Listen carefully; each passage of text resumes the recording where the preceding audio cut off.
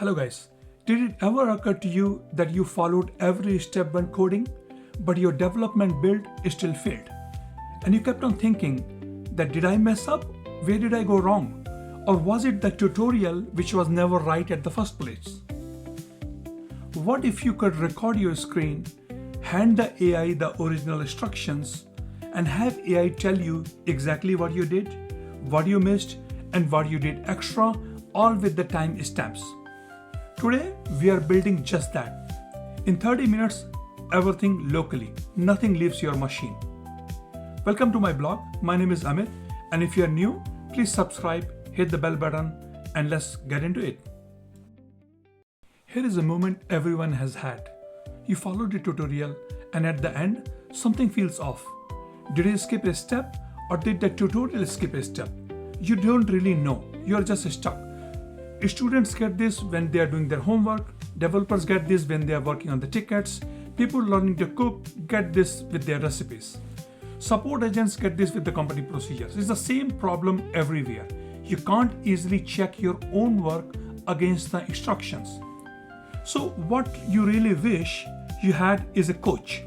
Someone sitting on your shoulder, watching what you did, holding the instructions and saying, hey, you missed step number 3. Or this one says good, keep going. This is exactly what you're going to build today. Quick word of precaution before we dive into the details. This is a learning tool, a study buddy, a way to audit your own work. It is not for monitoring employees against their will. So if you're a toxic manager who saw this video and thought, great, I'm going to use this to monitor my team, please do not do that. There are better ways to lead. Two things go in here. A short screen recording, it can be up to 2 minutes, and a PDF of the instructions. It could be a recipe, an assignment, a coding ticket, anything. As an output, you receive a clean report that says here's what you did, here's what matched the instructions, and here's what you missed. Now here is the stack. The star of the show here is Nemotron 3 Nano Omni. This is NVIDIA's brand new OpenAI model. It's the first of its kind that can read audio, video, and the documents in one shot. You don't need 3 different models stitched together. One model, 3 inputs. And here we are running it on DGX Spark machine, an NVIDIA desktop AI computer. Think of it as a Mac Mini for AI, but you don't necessarily need one. Any GPU with 40 GB of VRAM works fine. If you don't have a GPU, sign up a cloud machine for an hour, it's fine. Now vLLM is the inference engine here. This is what makes the model run fast. And the only Python we need here is request and PDF to image. That's it. Here is how it is going to flow. Number 1, we record the screen, encode it, and send it to the model. Number 2, we take the PDF and render each page as an image. Turns out that vision models read rendered pages way better than raw extracted text. So that's why we are using PDF to image package here. Number 3, finally both of this information go into the vLLM, which runs Nemotron locally. And number 4, the model returns a structured report, which we are going to save it as a markdown file. That's the whole show. Before you start any GPU machine, you need this tool stack: Docker, a free Hugging Face account, and Python 3.10 plus. Now, if you don't have the hardware, you can always rent a cloud GPU for an hour. It's going to cost you a few bucks. Pause the video, get this set up, and then come back. Step number 1, we need to start the AI model so our Python code has something to talk to. We are going to run it inside Docker, which keeps everything clean and isolated. So first of all, set your Hugging Face token. This is what lets the container download the model. So once you have that token, use this command export hf_token and paste that token here. You can get this token for free from huggingface.co. Sign up, go to settings, create an access token and paste it here. Now, here's a big part. Okay, you run this command docker run -rm-it-, and don't worry about that. This is a big command. I know it looks scary. Let me walk through it. There are only 6 things to understand here. When you say -GPUs all, means give the container access to every GPU on the machine. Without this flag, Docker cannot see your GPU and the model will not run. -p 8000:8000. It opens your port number 8000. That is where our Python script will send request later. -v, and you give the path to your cache. This is a mount. It saves the downloaded model to your local disk. So you don't need to re-download 33 gigabytes every time you restart the container. Finally, you say vLLM-OpenAI latest. This is the image. This is the inference engine. It's a pre-built Docker container with the vLLM ready to go. -- model, it points to the official Nemotron checkpoint on Hugging Face. And when you say FP8, at the end, it means that waits on the quantize to 8-bit floats, a smaller, faster, almost no quality loss. And -- served model name is Nemotron Omni. It's just a friendly nickname. Instead of typing the whole full model path in our Python code, we are going to say Nemotron Omni. Now, let's review this more performance flags. Max model length. This is very important that you set it up correctly. That's our context window. 128,000 tokens. It means big enough to fit a 2-minute video plus a multi-page PDF in one shot. Okay. GPU-memory utilization 0.85. It tells vLLM to use 85% of GPU memory. Now you can leave it a little headroom. Don't push it to 100%, otherwise things are going to crash. When you say KV-cache D-type FP8, it means that it stores the attention cache in 8-bit. Now this is what makes the long video plus PDF actually fit into the memory. Now you hit the enter, first run downloads the 33 gigabyte of the model here. So always the first time when you're running it is going to take a lot more time. So always go ahead and grab a coffee, and subsequent runs, once you have the downloaded the model, is going to run instantly, almost very, very fast. Now when you see application startup complete, that's when you do curl localhost 8000 v1 models. That means verify everything is working fine. You can run a quick curl command. This command as shown in your screen to the model's endpoint, and you should see Nemotron Omni in the response. That means our AI is live and listening on port number 8000, and we are good to talk to. Okay. Now for the screen recording, use whatever screen recorder you already know. So on Mac, you can use a QuickTime, on Chrome, or it doesn't even care. All you need an MP4 file. And for the instructions, you can save them as PDF file. Now, most things support print to PDF. So if your browser, Notion, Google Docs, or wherever your instructions are, please save it as a PDF copy as instructions.pdf next to your video. Now you have 2 files, same folder. Done. Now let's run 2 different installation commands: pip install request, PDF to image pillow, and then you sudo into popular utilities. Now these 2 pip installs and 1 system package is going to done in few seconds. Now finally, let's get into our Python code. Open a new file and call it analyze.py. And here we are going to write couple of import statements. Let's review that. First is import base64. This is built into the Python.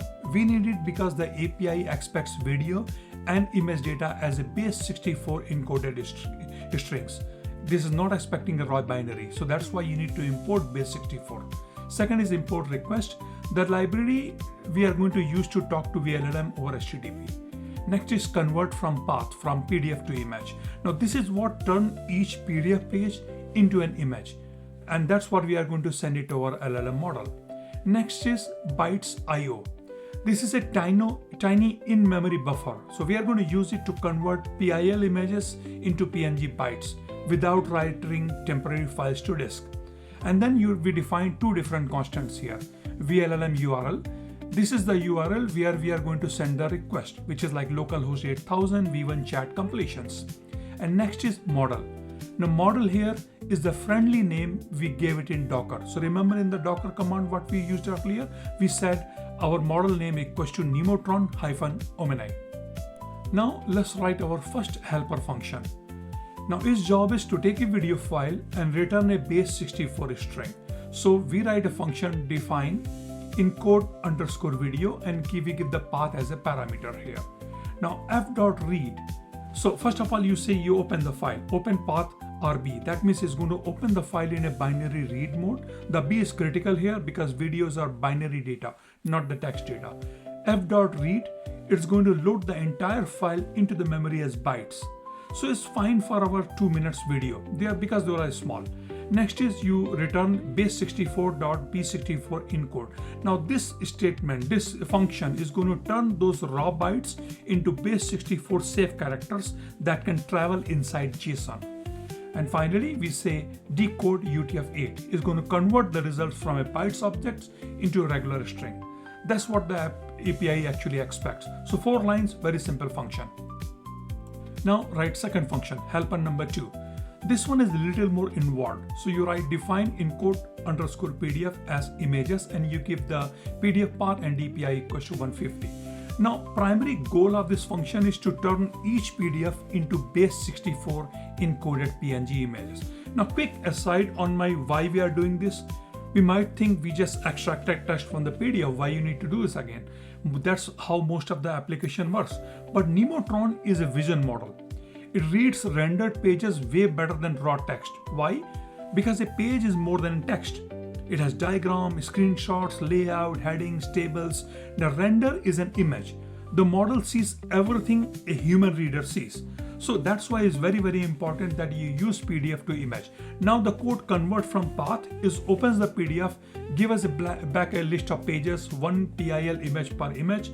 DPI equals to 150 is the resolution. 150 is the sweet spot. Sharp enough to read, not so big that we are going to waste our tokens. Now we loop over the pages. For each one bytes IO, it creates an in-memory buffer. Now finally we say page.save. It writes the image into the buffer as in PMG. So we say buff.getValue, it pulls the raw PNG bytes back out and we base64 encode then what we did with the video. So again, it's not that complicated. Eventually what we are doing, we are reading the PDF as PNG because images are read better than actually raw text. Because if you have a raw text and if you have a structured diagram, definitely those raw text are going to miss that. That's why we are doing it and converting those to the image so that our model can understand it a little better. Now let's write our main analyze function. So define analyze and give the 2 parameters, video path and PDF path. So what these 2 lines call our helpers, it encode the video and encode the PDF pages. Then we build something called user_content. Now this is actually a list of content blocks. So user_content, as you can see, is an empty array. Now that's how models can eat input. So each block has a type and the data. So first in a loop, now we are going to create a read 1 pages at a time for page in pages. So first in the loop, we add every PDF page as an image URL block. Now notice the format. We are saying here data : image and we are passing it as a PNG base64. That data. The URL pattern is a standard way to embed binary data into a string. Now then we add the video as a video URL block. Same data URL, same trick, but with a video /mp4. Now crucial point here, what you need to understand about this code is pay attention to the order. Instructions first, video second, questions last. Why? Because the model attends best when the reference materials comes first and the actionable question comes at the very end. Do not reverse that. You need to feed the data to model in this order. I've seen what they are doing, they put the video first and then, obviously they get the wrong results. Now the prompt. This is very simple. user_content.append and you pass the prompt here. Now here, the actual question we are going to ask the AI. This text block goes last in the content list and you need to be very, very accurately written. Look at how it's structured. First sentence tells the model what each input is. The images are instruction, the video is a recording. Then we ask for these 3 specific sections by name. Now notice we are not vague here. We say exactly what we want and how to format it, like in timestamps in MMs, SS, minutes and seconds. Now specific emojis for the spec match. This is called the structured prompting, and that's the difference between a useful AI tool and the useless one. And the last sentence, as you can see, is a critical. It's if unsure, just say so. Don't make things up. So that's what you need to tell your AI model, that do not make things up, do not hallucinate. But you have to be specifically write those in your prompt. The single line dramatically reduces hallucination. the model is told is allowed to say I don't know. Now take this line out and you will get more confident but the wrong result. So you need to make sure that you write this prompt very accurately. Now you can tweak this prompt for whatever use case it is, but this is where 90% of your customization is going to happen. So now we are at the tail end here. Now we request the payload. Now 3 important things here in this code. As you can see, payload equals to model, messages, max token, temperature. So let me review that. The system message, first of all, this sets the AI role. When you say role equals to system and you pass the content here, this sets the AI role. We are going to tell the model that you are a careful auditor, evidence-based, never invent details. System messages are actually stronger than user prompts. So the AI takes its identity from here. So please make sure that you take time to write the system message carefully. Max token equals to 4096. Caps, we are saying okay, how long the response can be. Now 4096 tokens is roughly 3000 words. Plenty of for a structured report. Temperature, we set it to 0.1, and this one's matter a lot because temperature controls randomness. 0 is a robotic and deterministic, but 1 is very creative. So 2 is a chaos. So please make sure that 0.1 means here be consistent, be factual, don't get creative. This is auditing, not brainstorming. So a creative auditor actually is a liability. You don't want auditor to be a creative. You want your auditor to be more closer to the fact. And then finally in this code, what we do, we post the payload to the vLLM endpoint. Now with a 10-minute timeout, because the video inferences take a while. So here, as you can see, we are also raising for a status warning here. So response.raise for a status. So what it does is throws an exception on HTTP errors, and we return the model text response, and that's our output. And the last of the Python file, we are going to write the runner. So these 5 lines, if underscore name, if dunder, we call it a dunder name, dunder equals to main. This is a standard Python pattern. It only runs when you call this file directly. Now take the video and the PDF paths from the command line argument and then call the analyze function. So what this function is going to do is going to print the report to the terminal, and also is going to save it as a report.markdown file for later. And that's it. As you can see, this is roughly 80 lines of code total, and save it. Now it's time to run it. So finally, spinner python analyze.py, and you pass the recording and you pass the instruction.pdf spinner. So as you can see, 30 to 60 seconds for the first inference. Here the model is going to process your video frames per plus PDF pages plus the prompt. So that's a lot of tokens. And there it is. Finally, you will see timestamps, spec matches, misses, everything all clean in one structured output. Now, if everything goes all right, you just build a working multi-model AI agent locally on your machine. Congratulations. Now let's talk real for a second. What we have built so far is a demo. It was great for one person, one video at a time. But what if you want longer videos? What if 10 people use it all at once? What if you want to ask, show me every time someone skipped a step last 3 weeks? The demo cannot do all of that. So what is the right answer? The right answer is NVIDIA VSS Blueprint, Video Search and Summarization. It's an open, ready to deploy reference architecture from NVIDIA. It handles long videos with automatic chunking. It indexes everything in a vector database so you can search past sessions. It comes with an alerting user interface, a knowledge graph for cross-video questions, and multi-camera support. And the best part, it ships with the DGX Spark playbook so you can deploy it in the same hardware. Now here is the mental model. You can use vLLM setup for prototyping, but you need to swap to VSS when you are ready to deploy. We're going to build, if the time permits, we are going to build a full VSS pipeline in near future. Thank you.